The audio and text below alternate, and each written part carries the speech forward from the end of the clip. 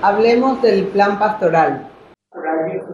Hoy vamos a conversar con el Monseñor Digno Benítez, nuestro vicario general de la Diócesis de San Lorenzo, sobre el contexto eclesial del plan pastoral diocesano. Un gusto saludarte, Monseñor. Un gustazo, Andresa, y también a las personas que van a llegar justamente este material muy importante para ir profundizando lo que es nuestro plan pastoral a nivel diocesano. Así es, Monseñor, y bueno, comenzando un poco a conocerlo en el contexto en la que se escribió, ¿por qué es importante mirar también lo que estamos viviendo como iglesia a nivel internacional, a nivel local? ¿Qué es lo que podemos resaltar, Monseñor, de este contexto? Ciertamente este contexto en el cual vive la iglesia es un momento muy particular, porque primero porque venimos de un compromiso con la misión continental a nivel universal, luego nos introducimos con el Papa Francisco en la sinodalidad, una iglesia sinodal, y este año de manera muy particular, el Año Santo de la Esperanza, y los 25 años de la creación de nuestra diócesis de San Lorenzo. Exacto, entonces estamos en un tiempo jubilar, doble júbilo, y por lo cual también es importante que miremos todos estos acontecimientos, cómo nos ayudan como plan pastoral, o sea, en qué contribuye para que nosotros también podamos mirar nuestro trabajo, en qué andamos, por ejemplo, qué estilo de iglesia estamos viviendo en la diócesis.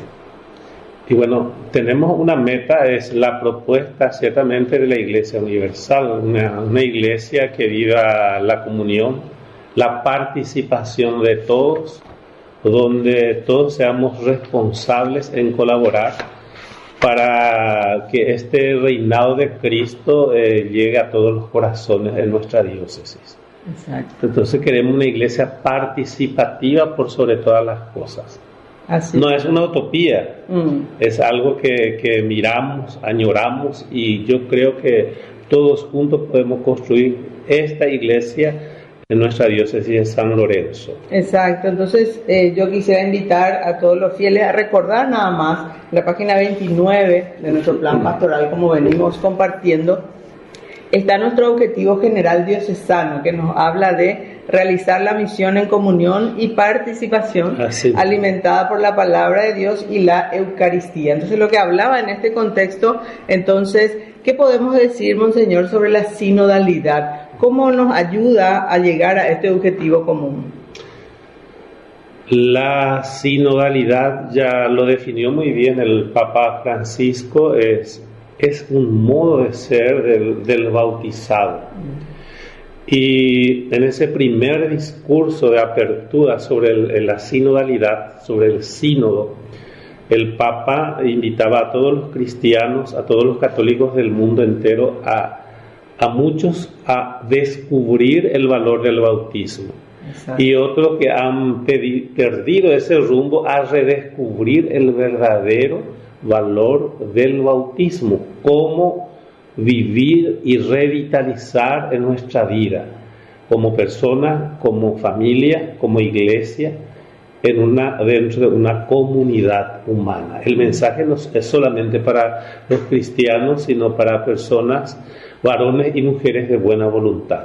Exacto, o sea, la sinodalidad entonces, Monseñor, como que nos invita, y es lo que nos proponemos en el plan, de revisar un poco, como una oportunidad de revisar nuestro caminar juntos, ¿verdad? Así mismo es un caminar juntos, es la capacidad de poner en ejercicio, de escucharnos, de aprender a dialogar a pesar de criterios diferentes, y por sobre todo a respetarnos. Exacto. A escucharnos un poco más, lo que nos decía la sinodalidad sobre la escucha espiritual, ¿verdad? Veas así lento a veces, Monseñor, Sí, así mismo. Así es que qué lindo es entonces mirar un poco qué nos propone la Iglesia Universal y que la podemos vivir, como decir, no es una utopía, trabajar en la participación y sobre todo entonces alimentada en la palabra de Dios y la Eucaristía. El jubileo de la esperanza, ¿qué nos trae para que digamos en este contexto del jubileo de la esperanza, más el jubileo diocesano, qué nos invita a nosotros como diócesis? ¿Qué podemos mirar y tomar de eso para mejorar tal vez nuestras acciones pastorales, nuestra manera de hacer o nuestra manera de vivir como comunidad? Primero, que vale la pena vivir nuestra fe cristiana, porque el cristiano tiene una meta firme, una meta luminosa. Eso mismo debe ayudarnos como cristianos justamente a comprometernos más con esta humanidad doliente, en donde podamos llevar vestigio de esperanza, no solamente de muerte ante esta sociedad donde se cierne la oscuridad, eso no podemos negar, pero no todo es oscuridad. Es allí donde cada uno de nosotros, quienes vivimos nuestro bautismo, debemos aportar de manera individual y de manera comunitaria, porque la iglesia es comunidad. Exacto. Peregrinos, así como María peregrina con el pueblo de Dios, somos llamados a peregrinar como comunidad e inyectar la savia de la esperanza en esta sociedad tan necesitada. Exacto, una sociedad que vemos a nivel universal también unido de situaciones de guerra, y en nuestro país tal vez podemos mirar, no hay una guerra armada, pero quizás toda esta cuestión de inseguridad o incluso atentados contra la vida. Entonces eso también hoy nos invita a cómo le ponemos este faro de esperanza, ¿verdad? Tenemos una realidad muy, no quiero ser negativa en el Paraguay, pero de injusticia tremenda. El bien común acaparado por una pequeña oligarquía, podríamos decir. ¿Y qué podemos hacer como cristianos ante esta situación en que vivimos? Entonces tenemos que llevar la esperanza, animar también a nuestro pueblo a vivir esta realidad. Esto no es un sueño, no es una quimera, sino pisar fuerte en la realidad, como nos invita el Señor con su venida en el misterio de la encarnación. Exacto, justo estaba leyendo acá una parte que decía que este jubileo nos invita a llevar una esperanza que se traduce en compromisos, lo que mencionaste, con la justicia, la fraternidad y el cuidado de la creación. O sea que qué interesante es nosotros entonces cuando estamos mirando nuestro plan pastoral, ¿qué estoy haciendo? Mirar desde esta perspectiva, ¿verdad? De que podamos ser nosotros esas personas que llevamos esta esperanza concreta, ¿verdad? Así mismo es, Andresa. Por eso es tan importante la formación de una conciencia cristiana, una conciencia moral, una ética cristiana que imprima un poco carácter dentro de la sociedad, en nuestras relaciones interpersonales, sí, justamente para ayudar a nuestro pueblo, y no solamente para nuestro pueblo, sino también con todo lo que es la creación como tal. Uh-huh. Qué genial. Y bueno, de hecho que también los 25 años de la diócesis tiene esto, ¿verdad? Como también un faro de esperanza dentro de las comunidades. La sinodalidad del jubileo. Después tenemos el contexto continental que mencionaste al inicio, Monseñor, sobre esta misión continental permanente. Esto no es algo que terminó, que ya fue historia, sino continúa y se fortalece con esta sinodalidad, ¿verdad, Monseñor? Es tan importante ese contexto de la misión que se tiene que ir realizando en la vida cotidiana del bautizado, del cristiano, de llevar justamente a partir de ese encuentro con Jesucristo, que no es un mero concepto, una mera razón, sino una persona, llevar, comunicar esa experiencia de Jesucristo. En eso mismo consiste la misión, llevar justamente esa experiencia del encuentro personal con el Señor, y más todavía aquellos que están más alejados, más excluidos muchas veces de la sociedad y de la iglesia misma. Qué lindo, Monseñor. Entonces, la misión continental permanente también es algo que no debemos de dejar de mirar en el momento de hacer este discernimiento de nuestra forma de caminar en la diócesis de San Lorenzo. Avanzando un poquito en el contexto, Monseñor, encontramos un capítulo interesante dentro de nuestro contexto que habla un poco como un criterio y método de acción eclesial, que es la encarnación. Sí. ¿Por qué es importante esto para mirarlo dentro de un plan pastoral? El misterio de la encarnación es la base de toda la revelación en el Nuevo Testamento. ¿Qué nos dice el misterio de la revelación?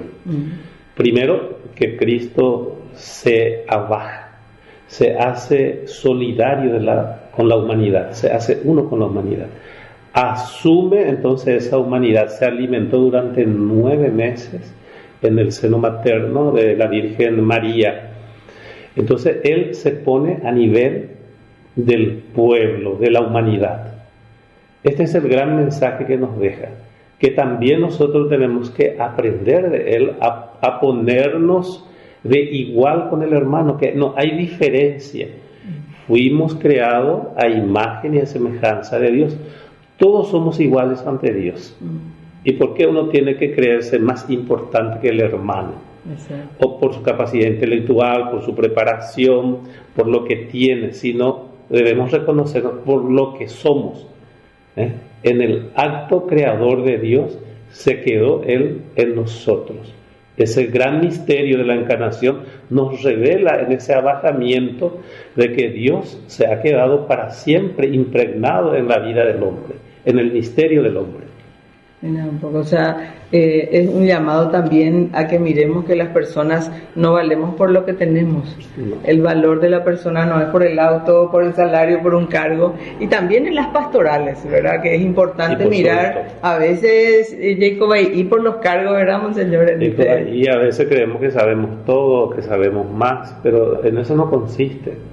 Sino ahí viene el tema de la sinodalidad, la capacidad de la escucha. Exacto. Y del reconocimiento de la otra persona que está frente a mí. Acá leía yo que decía justamente la encarnación, además de ser un dogma de fe, a constituir un misterio, a adorar, puede constituir también una metodología, un estilo de vida, un criterio de comportamiento. Es lo que estabas mencionando, Monseñor. Y en esta otra parte dice, poner como fundamento en la pastoral el principio de encarnación significa, por lo tanto, ayudar a que la acción eclesial logre metas y objetivos irrenunciables como superar el dualismo entre iglesia y mundo, lo sacro y lo profano, la espiritualidad y lo material, dar una connotación pedagógica a la pastoral a partir de la valoración de la dimensión esencial del hombre. Qué lindo esto, Monseñor. Sí. Y qué difícil es a veces en la práctica. Y ahí entra el tema de la creación, el acto creador de Dios. Él dignifica todo con su creación. Por eso la invitación del salmista, que somos preciosos, todos somos preciosos a los ojos de Dios. Todo ser humano que viene a este mundo. Qué difícil eso, Monseñor. Entonces, en la última parte un poco de nuestro plan sobre la encarnación dice, la misión consiste en llegar a ser levaduras para transformar el mundo dentro del contexto de una comunidad unida como condición necesaria para la formación de discípulos. Cristo se hizo levadura justamente por su profunda humildad. Los pecadores le seguían, le escuchaban con gusto. ¿Se iba a comer con ellos? Claro que sí. Él se hizo levadura. Parecería ante esa sociedad de Israel de su tiempo un ser, una persona tan pequeña, tan irreconocible, pero esa humildad hizo que realmente vaya germinando, vaya creciendo y floreciendo justamente su mensaje en medio del pueblo.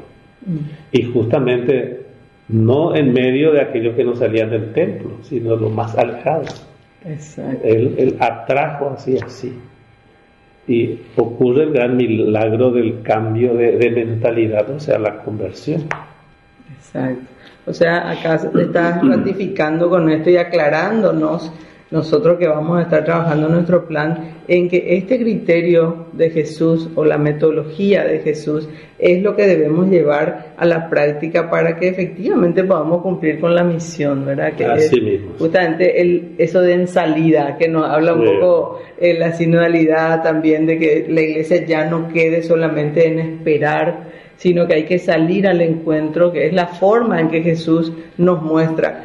Y bueno, esto también nos invita, ¿verdad, Monseñor?, a salir de nuestra zona de confort, a salir de nuestras comodidades, a esperar nomás y hacer lo mismo, sino a cambiar un poco, ¿verdad? Es aprender a dialogar también con el mundo de hoy, en el mundo en que vivimos. Muchas veces parecería de tener un poco de miedo de dialogar y enfrentarnos con nuestra realidad existencial.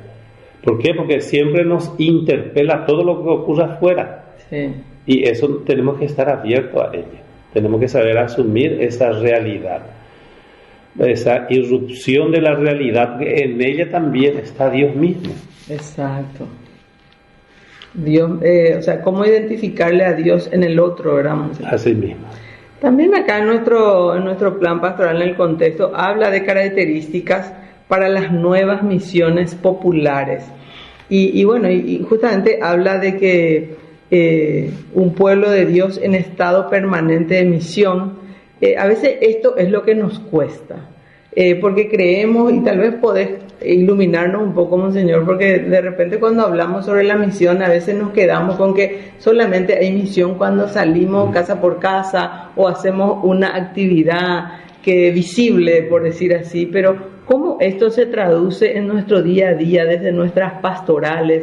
Si yo estoy en la pastoral familiar, por ejemplo, ¿cómo me identifico con esta misión permanente, Monseñor? Ninguna pastoral va a poder realizarse sin ser testigos y testimonio en medio de la realidad donde vivimos. Puedo ser yo un conocedor de la Sagrada Escritura o de la teología, pero si yo no vivo mi fe, si yo no soy una persona auténtica, no expreso eso en medio de la comunidad, imposible va a ser una misión permanente, porque la misión permanente exige testigos por sobre todas las cosas. Testigos y que testimonie también lo que uno vive, si no las palabras llevan el viento. Es la palabra de Dios la que nos va configurando con el Señor. Y eso mismo es también lo que ahí afuera se espera de nosotros. No tanto lo que decimos, sino lo que somos realmente por dentro. Es lo que más cuesta. Sí. Ahí podemos hablar, Monseñor, sobre el fermento, podemos hablar también sobre la levadura, o sea, esos ejemplos de cómo también nosotros podemos ir a contagiar o a llevar, digamos, este condimento a esos lugares donde nadie tal vez le habló de Jesús, nadie les dio esa oportunidad de un encuentro personal con el Señor. Tal vez ahí podemos ver sobre conocer un poco más la palabra, sería como un medio, Monseñor, o ¿cómo te parece que...? Ese es un gran desafío para nosotros los cristianos, porque estamos en una situación incipiente justamente, a pesar de que tengamos una trayectoria a lo largo de los 5 primeros siglos aquí en América, necesitamos nosotros como bautizados tener esa amistad permanente con la palabra de Dios para comunicar y para presentar a Jesucristo. Porque si no tenemos esa intimidad con el Señor en su palabra, va a ser imposible. Ese diálogo por medio de su palabra, esa oración con la palabra divina.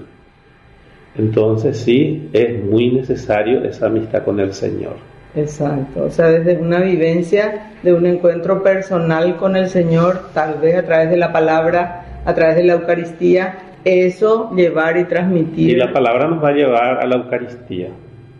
Tiene que llevarnos. Sí o sí. La palabra divina tiene que llevarnos a la Eucaristía, a vivir la Eucaristía. Porque la Eucaristía no es solamente la acción de recibir el sacramento en sí. Exacto. Es el compromiso al término de esa celebración eucarística. Ahí empieza. San Juan, por ejemplo, no tiene la institución de la Eucaristía en su Evangelio, pero tiene la consecuencia de la Eucaristía, que es el servicio. Esa noche Jesús lavó a los pies a sus apóstoles para decirnos que en eso consiste la verdadera Eucaristía, ¿verdad? En el servicio. En el servicio. Ay, qué lindo. Tenemos que ser servidores. Qué lindo. Sí. Del sacramento pasamos al servicio. Eso hay que vivirlo.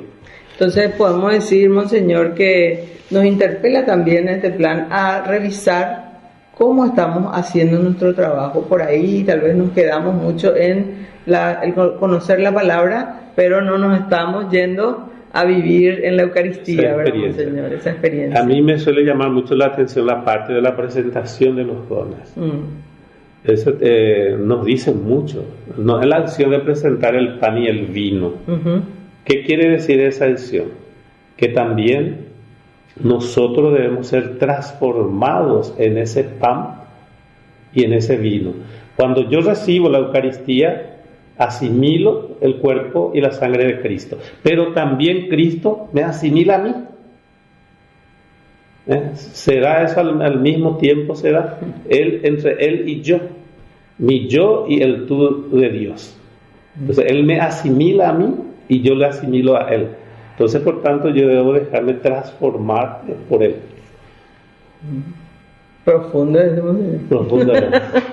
Pero bueno, vamos a profundizar y vamos a seguir conociendo un poco más. Pero siguiendo nomás con esta línea de la misión, que bueno, en este plan está en modo sinodal también, nos habla un poco justamente ya en el marco doctrinal sobre la sinodalidad también, ¿verdad? Que en otro momento lo vamos a profundizar más, pero me parece nomás tan bello esto que acabas de decir, de tomar conciencia sobre cómo el Señor también nos da esa oportunidad de esos momentos trascendentales en el encuentro con la palabra y el encuentro con la Eucaristía, donde Él se encuentra con nosotros y nosotros nos encontramos con Él, ¿verdad, Monseñor?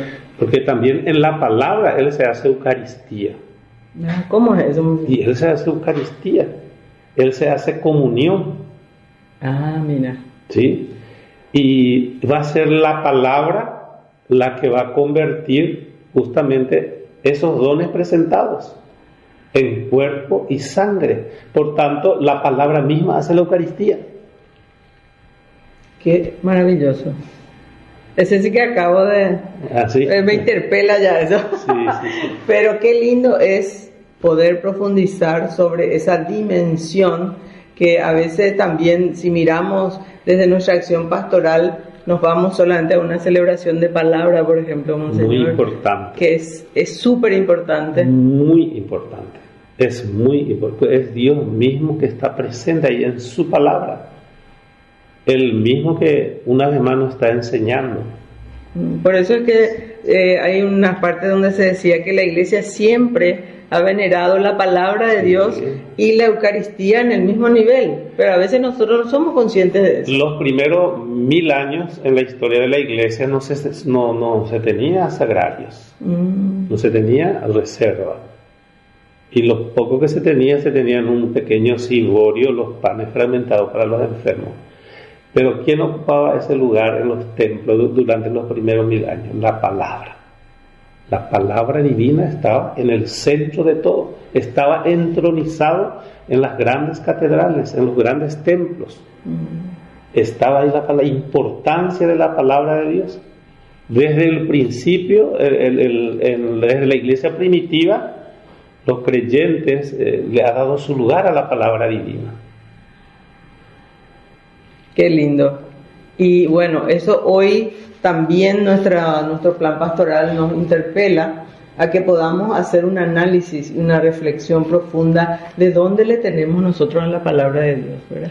Una entronización en el templo, pero además un llamado a entronizar en nuestro corazón. Por sobre todas las cosas. Por sobre todas las cosas. Por sobre todas las cosas. Que es lo más importante. Pero los signos también son buenos. Nos ayudan también a poder concientizar. Los signos y los símbolos nos remite a algo mucho más profundo, algo que nosotros no vemos. Tiene un verdadero sentido en la vida del creyente, en la vida del cristiano. Y nuestros símbolos y nuestros signos siempre nos remiten a lo sagrado, a Dios presente. Dice que Santa Teresa tenía esa capacidad de conciencia de la presencia de Dios, ¿verdad, Monseñor? Sí. Que a medida que hablaba, dice, con las hermanas, ella ya hacía sus oraciones y ya rezaba, ya, sí. Porque tenía esa capacidad de, bueno, ahora podemos decir que está presente porque estamos hablando y nos estamos poniendo en su presencia también, ¿verdad? Monseñor, ¿alguna otra acotación que quieras hacer para los fieles de la diócesis de San Lorenzo en esto de las acciones que tenemos que hacer para que nuestro plan pastoral sea realmente de comunión, de participación y de misión? Yo creo que hay una necesidad imperiosa como diócesis para todos nosotros como pueblo de Dios, ese encuentro permanente con la palabra de Dios. Uh-huh. Es el que nos va a nutrir, nos va a fortalecer, nos va a iluminar y nos va a encaminar para que este plan pastoral que tenemos como proyecto de nuestra diócesis se vaya realizando poco a poco en la vida de la comunidad cristiana. Sí. Y por qué no soñar en la vida de la comunidad de aquellos que están un poquito más alejados y que aún no forma parte de la vida de la iglesia. Uh-huh. Dios quiera, pero es la palabra que nos va a ayudar verdaderamente a vivir y a bajar realmente este plan pastoral en nuestra diócesis. Qué maravilloso. Entonces tal vez cuando estemos ya en nuestro plan operativo, en la página 27, del 27 hasta el final, cuando estemos mirando, entonces tendríamos que tener esta perspectiva, ¿verdad? Esta perspectiva de quién o cómo nos conduce para que nuestras acciones realmente lleven a este encuentro con Jesús a través de la palabra y la Eucaristía. Agradecemos muchísimo la presencia de nuestro Monseñor Digno Benítez, nuestro vicario pastoral de la diócesis de San Lorenzo. Nosotros queremos pedirte una bendición, Monseñor, para que todo el pueblo diocesano también se anime a apropiarse de este plan pastoral y reflexione sobre estos temas que nos van a iluminar nuestras acciones pastorales hacia este objetivo común de comunión, participación y misión alimentada por la palabra y la Eucaristía. Está muy bien. El Señor esté con ustedes y Dios lleno de misericordia nos bendiga a todos nosotros, en el nombre del Padre, del Hijo, del Espíritu Santo. Amén. Nosotros volvemos con otro espacio de Conociendo nuestro plan pastoral, voces del plan pastoral de la diócesis de San Lorenzo.